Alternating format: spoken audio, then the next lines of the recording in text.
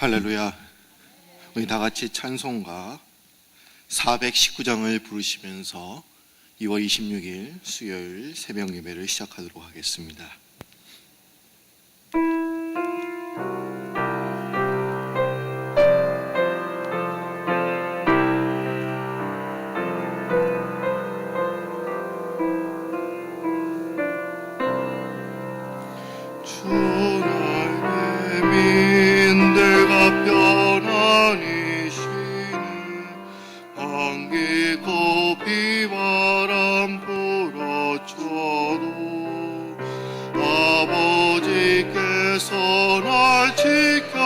주시니 거기서 평안히 쉬리로다.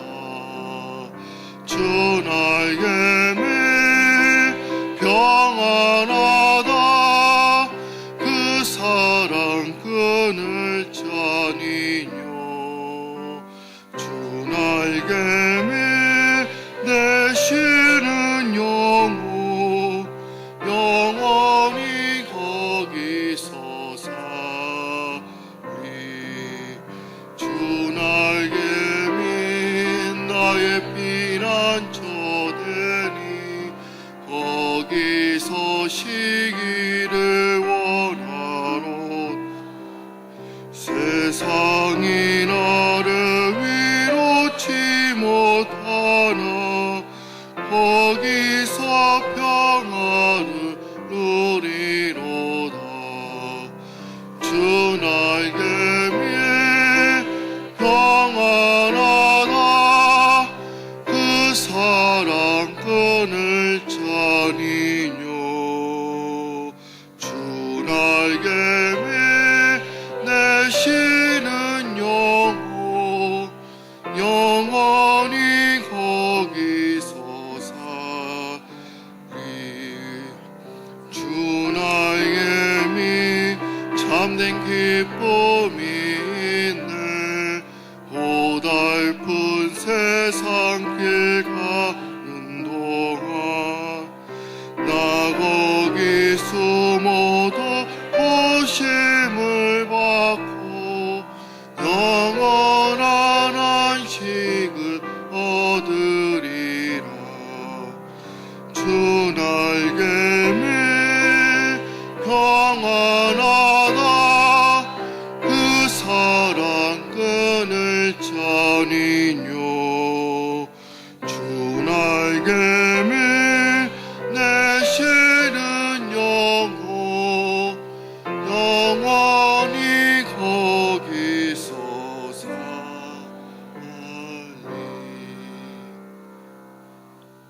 이 시간 김명희 권사님 나오셔서 예배를 위해서 기도해 주시겠습니다.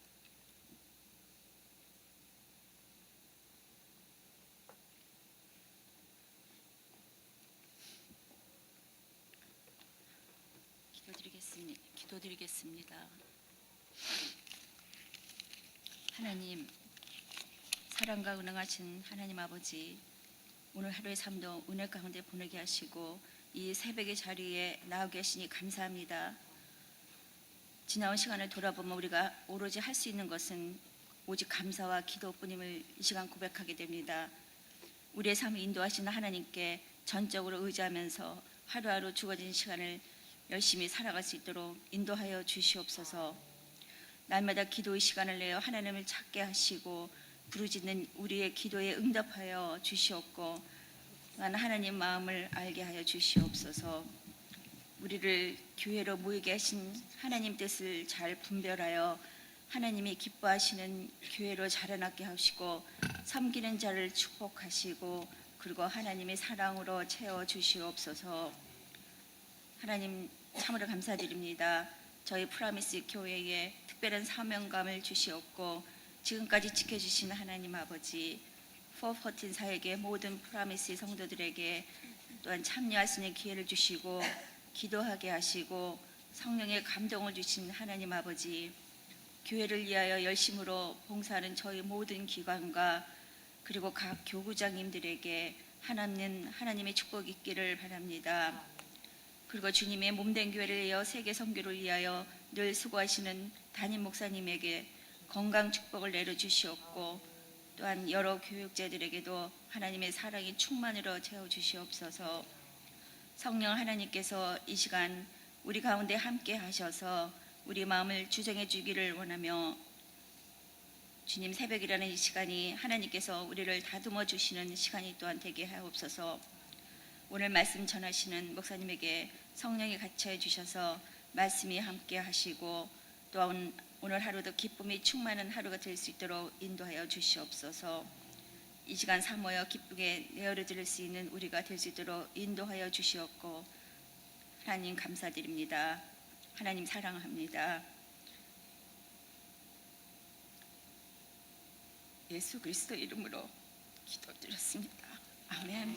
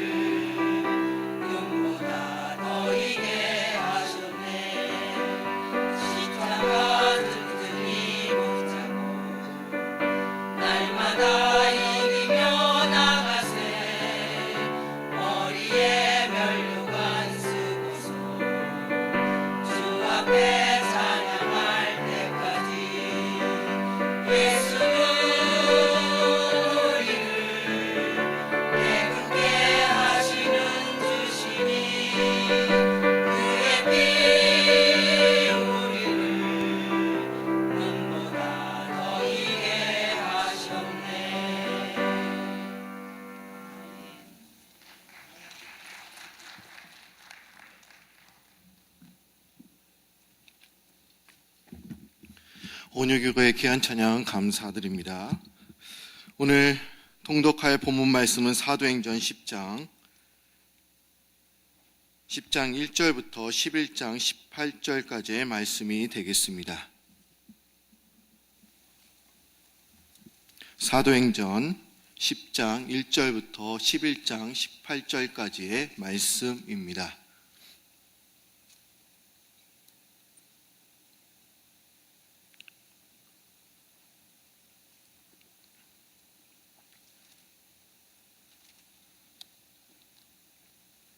사도행전 10장 1절부터 11장 18절까지의 말씀입니다.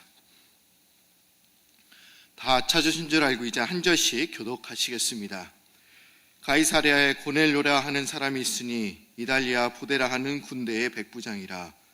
그가 경건하여 온 지방과 더불어 하나님을 경외하며 백성을 많이 구제하고 하나님께 항상 기도하더니 하루는 제9시쯤 되어 한상 중에 밝히 보매 하나님의 사자가 들어와 이르되 고넬료야 하니 고넬료가 주목하여 보고 두려워 이르되 주여 무슨 일이니까? 천사가 이르되 내 기도와 구제가 하나님 앞에 상달되어 기억하신 바 되었으니 내가 지금 사람들을 욥바에 보내어 베드로라 하는 시몬을 청하라. 그는 무두장이 시몬의 집에 유숙하니 그 집은 해변에 있다 하더라. 마침 말하던 천사가 떠나매 고넬료가 집안 하인 둘과 부하 가운데 경건한 사람 하나를 불러 이 일을 다 이루고 욥바에 보내니라. 이튿날 그들이 길을 가다가 그 성에 가까이 갔을 때 갔을 그때 베드로가 기도하려고 지붕에 올라가니 그 시각은 제6시더라. 그가 시장하여 먹고자 하매 사람들이 준비할 때 항우란 중에 하늘이 열리며 한 그릇이 내려오는 것을 보니 큰 보자기 같고 네 길을 메어 땅에 들이웠더라. 그 안에는 땅에 있는 각종 네 발 가진 짐승과 기는 것과 공중에 나는 것들이 있더라. 또 소리가 있으되 베드로야 일어나 잡아 먹어라 하거늘 베드로가 이르되 주여 그럴 수 없나이다. 속되고 깨끗하지 아니한 것을 내가 결코 먹지 아니하였나이다 한데 네, 또 두 번째 소리가 있으며 하나님께서 깨끗하신 것을 내가 속되다 하지 말라 하더라. 이런 일이 세 번 있은 후 그릇이 곧 하늘로 올려져 가니라. 베드로가 본 바 한상이 무슨 뜻인지 속으로 의아해하더니 마침 고넬료가 보낸 사람들이 시몬의 집을 찾아 문 밖에 서서 불러 묻되 베드로야 하는 시몬이 여기 유숙하느냐 하거늘 베드로가 그 한상에 대하여 생각할 때에 성령께서 그에게 말씀하시되 두 사람이 너를 찾으니 일어나 내려가 의심하지 말고 가라. 내가 그들을 보내었느라 하시니 베드로가 내려가 그 사람들을 보고 이르되 내가 곧 너희가 찾는 사람인데 너희가 무슨 일로 왔느냐. 그들이 대답하되 백부장 고넬료는 의인이요 하나님을 경외하는 사람이다. 유대 온 족속이 칭찬하더니 그가 거룩한 천사의 지시를 받아 당신을 그 집으로 청하여 말을 들으려 하느니라 한데 베드로가 불러들여 유숙하게 하니라. 이튿날 일어나 그들과 함께 갈새 욥바에서 온 어떤 형제들도 함께 가니라.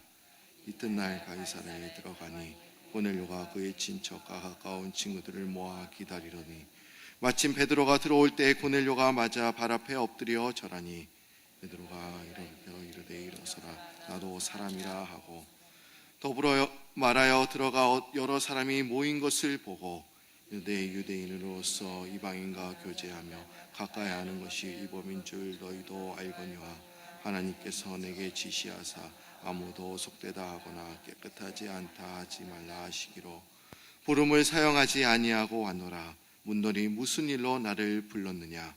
고넬료가 이르되 내가 나흘 전 이맘 때까지 내 집에서 제9시 기도를 하는데 갑자기 한 사람이 빛난 옷을 입고 내 앞에 서서 말하되 고넬료야 하나님이 내 기도를 들으시고 내 구제를 기억하셨으니 사람을 욥바에 보내어 베드로라 하는 시몬을 청하라. 그가 바닷가 무드장이 시몬의 집에 유숙하느니라 하시기로 내가 곧 당신에게 사람을 보내었는데 오셨으니 잘하였나이다. 이제 우리는 주께서 당신에게 명하신 모든 것을 듣고자 하여 다 하나님 앞에 있나이다. 베드로가 입을 열어 말하되 내가 참으로 하나님은 사람을 외모를 보지 아니하시고 각 나라 사람 중 하나님을 경외하며 이를 행하는 사람은 다 받으시는 줄 깨달았도다. 만유의 주 되신 예수 그리스도로 말미암아 화평의 복음을 전하사 이스라엘 자손들에게 보내신 말씀 곧 요한이 그 세례를 반포한 후에 갈릴리에서 시작하여 온 유대에 두루 전파된 그것을 너희도 알거니와 하나님이 나사렛 예수에게 성령과 능력을 기름 부으 하셨음에 그가 두루 다니시며 선한 일을 행하시고 마귀에게 눌린 모든 사람을 고치셨으니 이는 하나님이 함께 하셨습니다. 우리는 유대인의 땅과 예루살렘에서 그가 행하신 모든 일의 증인이라. 그들이 나무에 달아 죽였으나 하나님이 사흘 만에 다시 살리사 나타내시되 모든 백성에게 하신 것이 아니요 오직 미리 택하신 증인 곧 죽은 자 가운데서 부활하신 후 그를 모시고 음식을 먹은 우리에게 하신 것이라. 우리에게 명하사 백성에게 전도하되 하나님이 살아있는 자와 죽은 자의 재판장으로 정하신 자가 곧 이 사람을 증언하게 하셨고 그에 대하여 모든 선지자도 증언하되 그를 믿는 사람이 다 그의 이름을 힘입어 제사함을 받는다 하였느니라. 베드로가 이 말을 할 때 성령이 말씀 듣는 모든 사람에게 내려오시니 베드로가 함께 온 할례 받은 신자들이 이방인들에게 성령 부어 주심으로 말미암아 놀라니 이는 방언을 말하며 하나님 높임을 들음이로라. 이에 베드로가 이르되 이 사람들이 우리와 같이 성령을 받았으니 누가 능히 물로 세례 베품을 금하리요 하고 명하여 예수 그리스도의 이름으로 세례를 베풀라 하니라. 이는 베드로에게 며칠 더 머물기를 청하니라. 유대에 있는 사도들과 형제들이 이방인들도 하나님의 말씀을 들었다 함을 들었더니 베드로가 예루살렘에 올라갈 때 할례자들이 비난하여 이르되 내가 무할례자의 집에 들어가 함께 먹었다 하니 베드로가 그들에게 이 일을 차례로 설명하여 이르바 내가 욥바시에서 기도할 때 항온한 중에 한 상을 보니 금보자기 같은 그릇이 내 귀에 매어 하늘로부터 내려 내 앞에까지 드리워지거늘 그것을 주목하여 보니 땅에 네 발 가진 들짐승 기는 것과 공중에 나는 것들이 보이더라. 또 들으니 소리서 내게 이르되 베드로야 일어나 잡아먹으라 하거늘 내가 이르되 주님 그럴 수 없나이다. 속되거나 깨끗하지 아니한 것은 결코 내 입에 들어간 일이 없나이다 하니 또 하늘로부터 두 번째 소리가 있어 내게 이르되 하나님이 깨끗하게 하신 것을 내가 속되다고 하지 말라 하더라. 이런 일이 세 번 있은 후에 모든 일이 다시 하늘로 끌려 올라가니라. 마침 세 사람이 내가 유숙한 집 앞에 서 있으니 가이사랴에서 내게로 보낸 사람이라. 성령이 내게 명하사 아무 시말고 함께 가라 하시매 이어서 형제도 나와 함께 가서 그 사람의 집에 들어가니 그가 우리에게 말하기를 천사가 내 집에 서서 말하되 내가 사람을 욥바에 보내어 베드로라 하는 시몬을 청하라. 그가 너와 내 온 집이 구원받을 말씀을 내게 이르리라 함을 보았다 하거늘 내가 말을 시작할 때 성령이 그들에게 임하시거늘 처음 우리에게 하신 것과 같이 하는지라. 내가 주의 말씀에 요한은 물로 세례를 베풀었으나 너희는 성령으로 세례를 받으리라 하신 것이 생각나노라.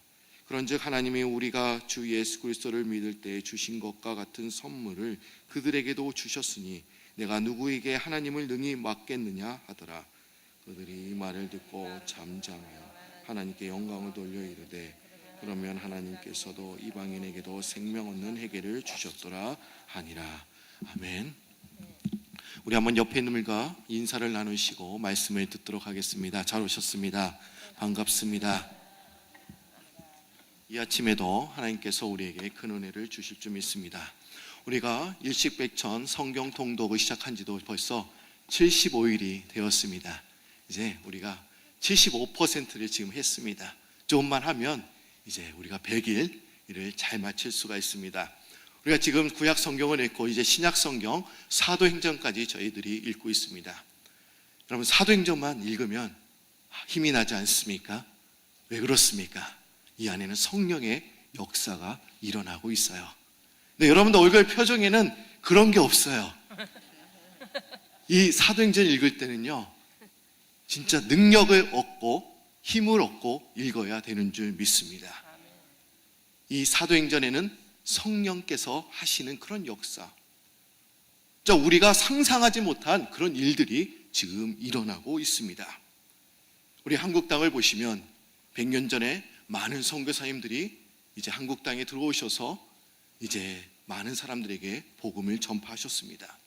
근데 한국 교회사를 보면 그 선교사님들 중에도 20년, 30년에 복음을 전하시면서도 한국말을 한마디도 못하는 선교사님도 계셨다고 합니다. 왜 그랬을까요? 왜 언어를 배우지 않았을까요? 한국말이 어렵다라는 그런 의견도 있지만 한국말을 존중하지 않았기 때문에 배우지 않았다는 것입니다. 그런가 하면 어떤 선교사님은 한국에서 30년간 선교사로 있으시면서 이제 은퇴하고 이제 미국으로 다시 돌아왔습니다. 그런데 이 선교사님의 집을 방문하니까 참 놀라운 것을 발견할 수 있었다고 합니다. 그 집이 온통 한국 물건으로 가득 차 있었다고 합니다. 오래된 디주가 무엇입니까? 물건을 그 안에 넣지 않았습니까? 쌀도 넣고 귀중한 물건을 넣지 않았습니까? 그리고 갓, 이런 한국 물품들을 걸어 놓았다고 합니다. 이렇게 묻습니다. 왜 이런 거를 사서 모으십니까? 그러자 선교사님이 이렇게 대답을 합니다. 저는 이것들이 그냥 좋아요. 여러분 어떤 사람이 진짜 선교사일까요? 아마 두말할 것 없이 당연히 후자일 것입니다. 선교사는 자기 문화도 소중히 여겨야 하지만 선교하는 나라의 문화도 소중히 여기고 존중해야 합니다. 그래야 그 문화에 익숙해지고 또 언어도 배울 수 있고 선교할 수 있는 길이 열리는 것입니다. 복음을 전하는 사람은 자기 문화, 자기 풍속, 자기 경험에 대한 고집을 버려야 합니다. 물론 절대적인 복음에 대해서는 우리가 배려해서는 안 됩니다. 양보해서는 안 됩니다. 이 복음만은 변질돼서는 안 됩니다. 순수한 복음이 전해지기 위해서 우리가 이것에 대해서는 양보해서는 안 되지만 상대적인 문화에 대해서는 우리가 양보할 수 있어야 합니다. 고정관념과 편견을 우리가 깨어야 합니다. 초대교회 안에도 편견이 있음을 우리는 발견하게 됩니다. 초대교인들은 대부분 유대인들이었습니다. 그런데 이들에게는 어떤 편견이 있었냐? 이방인들에게 대한 편견이 있었습니다. 자기네들만 구원받는 것이 이 이방인들에겐 절대로 구원받는 것이 아니야. 이방인들을 개처럼 취급하고 지옥의 땔감 정도로 취급했다고 합니다. 이방인들이 예수 믿고 구원 받은 일은 절대로 생각하지 못했습니다. 더 나아가서 이 사람이 우리와 동역자가 된다는 것도 생각하지 못했습니다. 그런데 오늘 본문이 유대인들의 생각과 편견을 깨트리는 그런 내용으로 되어 있습니다. 오늘 읽었던 내용 솔직히 어렵습니다. 베드로가 또 고넬료가 그 환상에 대해서 이야기를 하고 있어요. 과연 그 환상이 무엇을 의미하는 것일까? 참 어렵습니다. 오늘 보시면 첫 번째 고넬료가 환상을 보게 됩니다. 고넬료는 과연 어떤 사람이었습니까? 저는 이 고넬료를 참 좋아해요. 왜 그런지 아세요? 저와 같은 성을 쓰고 있어요. 그는 로마 군대의 이달리아 백부장이었습니다. 그는 80명에서 100명 정도의 부대원을 이끌었다고 합니다. 요즘으로 말하면 그 군대에 그냥 중대장 정도의 그런 지위에 속했다라고 말씀드릴 수 있습니다. 고넬료는 로마 정부의 각별한 신임을 받은 사람이었음에 우리는 알 수 있습니다. 근데 지금 그가 머물러 있던 그 가이사랴는 예루살렘을 포위해서 중동의 지구 전체를 다스리던 그런 사령부가 있었던 곳이었다고 합니다. 그래서 그곳에서 백부장으로 있었다고 하는 것은 그 로마 군대에서 출세할 수 있는 그런 길이 보장되어 되었다는 것을 우리는 알 수 있습니다.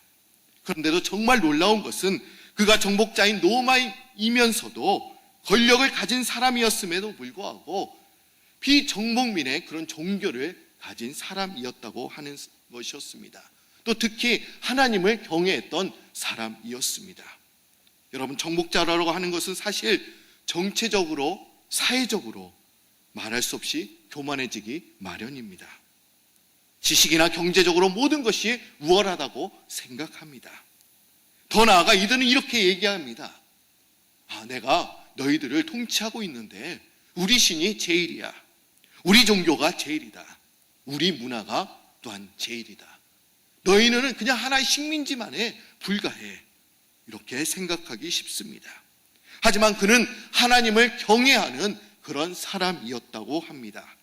이런 고넬료에게 하나님의 사자가 찾아와서 이렇게 이야기를 합니다. 너희가 욥바에 가서 베드로를 청하여 데려오라. 그는 이방인이었습니다. 그는 유대인처럼 할례받은 사람은 아니었지만 또한 유대교의 교훈을 따르는 사람이었습니다. 이런 사람의 하나님께서 나타나신 겁니다. 왜 하나님의 사자가 한산 중에 나타나서 베드로를 데리고 오라고 하셨을까요? 그 이유가 무엇이라고 생각하십니까? 또한 이튿날에 베드로도 환상을 보게 되었습니다. 과연 베드로가 언제 환상을 보게 되었을까요?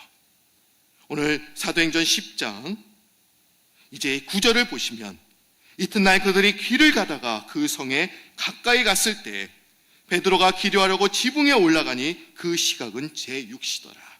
지붕에 올라가서 지금 12시에 정오에 지금 기도를 하고 있는 것입니다. 아마 이 베드로는 유대인들은 항상 3번씩 기도를 했죠. 여러분, 우리가 은혜를 언제 받는다고 생각하십니까? 특별한 때에 받는 거? 아닙니다. 우리가 항상 기도하는 그 자리, 그 시각에 우리는 은혜를 받게 됩니다.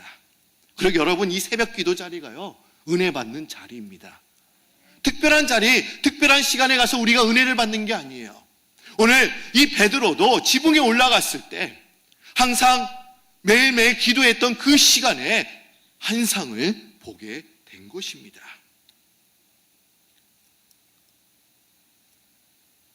근데 베드로가 보게 된 환상은 과연 어떤 것이었습니까? 갑자기 하늘이 열리고 큰 보자기에 네 기퉁이를 줄로 맨 것이 내려옵니다. 그리고 그 안에 율법으로는 먹지 말라고 한 그 부정한 동물들이 또한 들어 있습니다. 그리고 음성이 들려옵니다. 베드로야, 일어나서 잡아 먹으라. 그는 유대인이기 때문에 그 부정한 짐승을 절대로 먹을 수는 없었습니다. 주여, 제가 이건 먹을 수가 없습니다. 딴 거는 먹을 수 있지만 이 부정한 짐승, 그건 먹을 수가 없습니다. 그러자 하나님은 이렇게 또한 말씀하고 계십니다. 15절 말씀을 보시면 이렇게 이야기를 하고 있죠. 또 두 번째 소리가 있을 때 하나님께서 깨끗하다 하신 것을 내가 속되라 하지 말라 하더라. 이런 일이 세 번이나 반복되고 보자기는 이제 하늘로 다시 올라갑니다. 베드로는 이 환상이 무슨 뜻인지 알 수가 없었습니다. 너무 고민하고 있었습니다. 그런데 마침 고넬료가 보낸 사람들이 이제 베드로를 찾아온 것을 보게 됩니다. 그리고 베드로는 생각합니다. 이 사람들이 찾아온 것과 내가 지금 방금 보게 된 환상이 어떤 연관이 있지 않을까 하는 생각을 하게 되는 것입니다. 그럼 오늘 제가 베드로가 본 그 환상에 대해서 오늘 여러분들과 말씀을 나누고자 합니다. 과연 베드로가 봤던 그 환상이 의미하는 바가 과연 무엇이었을까요? 많은 사람들이 이 본문에 대해서 이렇게 이야기를 합니다. 여기서 큰 보자기는 넓게 열린 복음의 세계를 의미합니다. 예수의 십자가의 복음은 모든 사람에게 또한 열려 있습니다. 그리고 온 천하에 널리 전파되어야 한다는 것을 의미하고 있습니다. 그리고 이 보자기 안에 그 안에 있는 그 부정한 짐승, 과연 누구를 의미하는 것일까요? 이 부정한 짐승은 지금 이방인을 이야기하고 있습니다. 즉 유대인들이 부정한 백성이라고 해서 율법으로 상종하지 못하게 하는 이방들이었지만 하나님께서는 이들을 깨끗하다 하시다라고 지금 말씀하고 있습니다. 그리고 유대인들과 다름없이 내가 이 사람들도 받아주겠다라고 지금 의미하고 있는 것입니다. 그런데 문제는 유대인들은 정확하게 말하면 유대인 그리스도인들은 아직도 이방인들을 차별하고 있었습니다. 그렇게 그들은 누구든지 믿기만 하면 구원을 받는다는 그 예수님의 복음을 이방인들을 향해서는 전혀 향하고 있지 않았습니다. 제가 사도행전을 보시면 키포인트가 되는 그 절의 말씀을 제가 말씀드렸죠. 사도행전 1장 8절이 이 사도행전의 그 기본 틀이 된다라고 말씀드리고 싶습니다. 오직 성령이 너에게 임하시면 너희가 권능을 받고 예루살렘과 온 유대와 사마리아와 땅끝까지 이르러 내 증인이 되리라. 예루살렘과 온 유대, 지금 거기만 지금 전하고 있는 거예요. 사마리아 땅도 가지 않았습니다. 그러자 하나님께서는, 성령께서는 핍박이라는 도구를 사용하셔서 그 예루살렘에 있도록 하지 못하게 하셨어요. 흩어지게 하셨습니다. 그러면서 이제 유대인들은 사마리아 땅에 가서 말씀을 전하게 되었습니다. 이 피난길이 복음의 전도로 이어진 것입니다. 이방인들의 땅에 갔으니 이방인들과 같이 살아야 합니다. 그들과 함께 음식을 먹어야 되고 그들의 집을 방문해야 하기도 했습니다. 그러다가 그들과 이야기하는 중에 또 복음에 관한 이야기가 나오게 된 것입니다. 그러면서 복음을 전하게 된 것입니다. 그런데 놀라운 것은 그 이방 사람들도 복음을 받아들이고 성령을 받았다는 것입니다. 그리고 비로소 세례를 주기 시작한 것입니다. 그것이 오늘 본문의 말씀이에요. 원래 그 환상을 보고 이제 고넬료가 보낸 사람들을 이제 베드로를 만나게 되죠. 그리고 베드로도 그 고넬료의 집에 가서 이제 말씀을 전하자 그들도 같이 성령을 받은 것을 우리는 알 수 있습니다. 이런 사건이 있음에도 불구하고 아직도 예루살렘 교회는 이방인들이 어떻게 형제도 받아들여야 하는지에 대해서 분명한 결론을 내리지 못하고 있었습니다. 주저하고 있었습니다.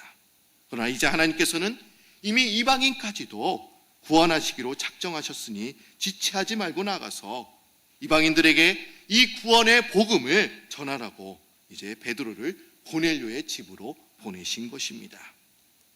아니, 정확히 말해서 하나님께서 주저하고 있는 그 베드로의 등을 떠밀어 내신 것입니다. 이렇게 말씀하시는 거죠. 복음은 모든 사람에게 주어져야 한다. 하나님은 모든 사람을 똑같이 사랑하신다는 것입니다. 그러므로 우리의 사명이 뭐냐? 모든 사람에게 전할 사명이 있다라는 것입니다. 보면 우리가 지금 플러싱에 오면 여러분, 과연 어떤 사람에게 지금 복음을 전하고 계십니까? 우리와 얼굴이 똑같은 사람에게 복음을 전하죠. 언어도 통하지 않는데, 언어가 통하지 않는 그 사람들에게 내가 어떻게 복음을 전하겠어? 나와 그래도 신분이 같고 나와 그래도 비슷한 업종에 있는 사람, 그런 사람에게 복음을 전해야지. 항상 우리에게는 그런 생각이 있다고 하는 것입니다. 그런데 여러분, 왜 베드로에게 환상을 보여주시고 왜 특별히 이 베드로를 부르신 이유가 무엇이었습니까? 우리가 사도행전을 보시면 이 사도행전에는 두 명의 주요 인물이 나오죠. 베드로와 그다음 바울입니다. 그런데 왜 오늘 이 시간에 왜 베드로라는 사람을 하나님께서 사용하셨을까요? 그는 비교적 이 유대인이 가진 민족적인 편견을 깬 사람이었기 때문에 이 사람을 사용하셨다는 것입니다. 베드로가 요빠에 있을 때 시몬이라고 하는 집에 머물렀다고 하는 것입니다. 오늘 읽진 않았지만 사도행전 9장 43절의 말씀을 보시기 바랍니다. 그리고 10장 5절에 보면 이렇게 알 수 있어요. 베드로가 요빠에 여러 날 있어 시몬이라 하는 무두장이의 집에 머무르니라. 그리고 5절에 보십시오. 내가 지금 사람들을 요빠에 보내어 베드로라 하는 시몬을 청하라. 그는 무두장이 시몬의 집에 유숙하니라고 기록되어 있습니다.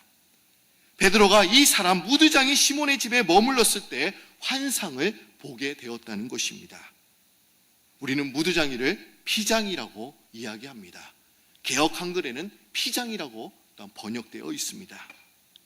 무두장이는 이 피장이란 짐승의 그 가죽을 아마 무드질에서 가죽을 만드는 사람을 우리는 무두장이 또는 피장이라고 이야기를 합니다. 직접 동물을 죽이고 그 십체를 만지고 피를 씻어내고 이곳에서 제품을 만드는 사람이 피장입니다. 아마 이 피장이라는 사람, 아마 우리나라에서도 이런 사람을 백정이라고 이야기하죠. 이런 선민 중에 천민입니다. 아마 이스라엘에서도 이 직업은 자랑스러운 직업이 아니었을 것입니다. 아마 천민 중에 그 사람이 가장 낮은 사람으로 아마 여겼을 것입니다. 여러분, 율법은 어떻습니까? 시체를 만지면 그것이 동물의 시체라도 할지라도 일주일 동안은 부정하다라고 이야기하고 있습니다.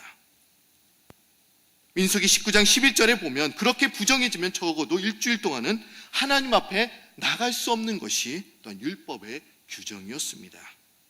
그런데 이 죽은 동물의 시체를 만지는 것을 직업으로 가진다고 한다면 이 사람은 이스라엘 사람으로 하나님을 섬기는 사람으로 또한 살 수가 없었을 것입니다. 그런데 바로 이 사람의 집에 베드로가 찾아간 것입니다. 그리고 이 집에 머물고 있어요. 분명히 그는 적어도 예루살렘의 어떤 유대인들보다도 편견을 깬 그런 사람이었을 것입니다. 그런 사람에게 베드로에게 찾아가서 이제 네가 가서 이 고넬료에게 복음을 전해라. 고넬료 분명 이방인이야. 분명 이 복음이란 이 사람들은 다 유대인들에게 복음이 있다라고 생각했습니다. 이방인들에게까지 안 간다라고 생각했어요. 과연 우리에게는 사람에 대한 편견이 있지는 않습니까? 저 사람은 상절 못할 사람이다. 내가 저 사람과 한번 손을 잡고 일을 하나 보자. 아마 그런 편견이 여러분들 있으십니까? 우리는 이것을 생각해야 될 점이 있습니다. 저 사람은 상종 못할 사람이라고 우리가 생각할 때 예수님께서는 그 사람을 위해서 십자가를 지셨다는 것입니다. 우리가 이것을 항상 깨달아야 해요. 그 사람은 내가 절대로 그 사람에게 복음을 전하나 보자.